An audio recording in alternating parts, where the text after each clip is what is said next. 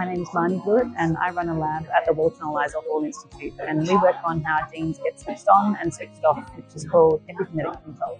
So what we do in my lab is try to work out how we can switch back on the sleeping genes in Prader-Willi syndrome, those genes that are switched off.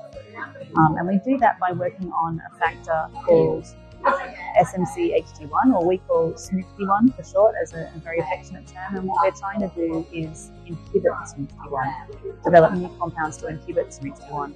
And so the reason we think this is really important for the Prader-Willi community is because if this treatment was successful, it would actually target all of the symptoms that patients experience, rather than just one or two, because it's really aiming to target the cause of the disease rather than the downstream consequences that are experienced. So we work with the Prader-Willi Research Foundation Australia, and actually have done right from the very inception of this project.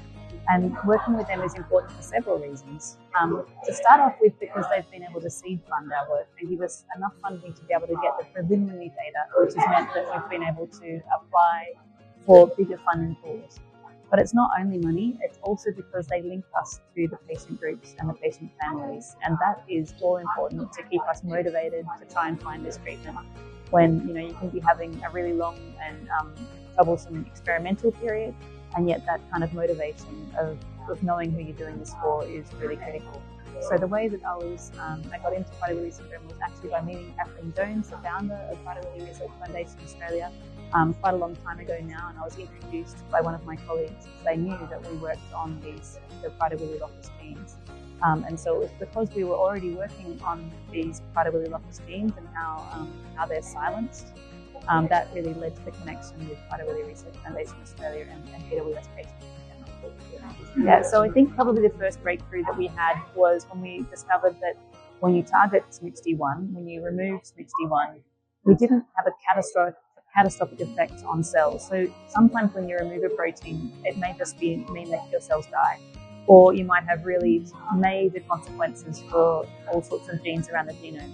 And we didn't have that. We just really only affected Prader-Willi locus genes. And so that was a breakthrough, because if that were not the case, it wouldn't be safe to take the path that we're taking right now. And there's no point treating Prader-Willi syndrome and causing some other horrible disorder. We need to treat Prader-Willi syndrome and make people better. And so that first set of experiments, there was this sort of serendipitous result that we've been able to leverage now to be able to think about targeting SMCHD1 with drugs. So I think the reason that families that have got loved ones with Prader-Willi syndrome care about the research that we're doing is because what we are hoping for is that we can develop a medicine that will actually try to treat all of the symptoms that they are dealing with. This is really, as everybody knows, it's a very clinically complex disorder, and sometimes you try to treat one symptom, and yet you are unable to because of counterindications, because of another symptom that's being experienced. And so that makes for a really challenging ride. But what we're trying to do is treat the root cause, and therefore hopefully to be able to treat all of the symptoms at once. And so that's why I think the patients should be able to hear about this work. So I would say that what we try to do is, through the Prader-Willi Research Foundation Australia, we try to give research updates every year or two so that they can hear about where things are at. And we make a really big effort to do that in a way that is hopefully really easy to understand.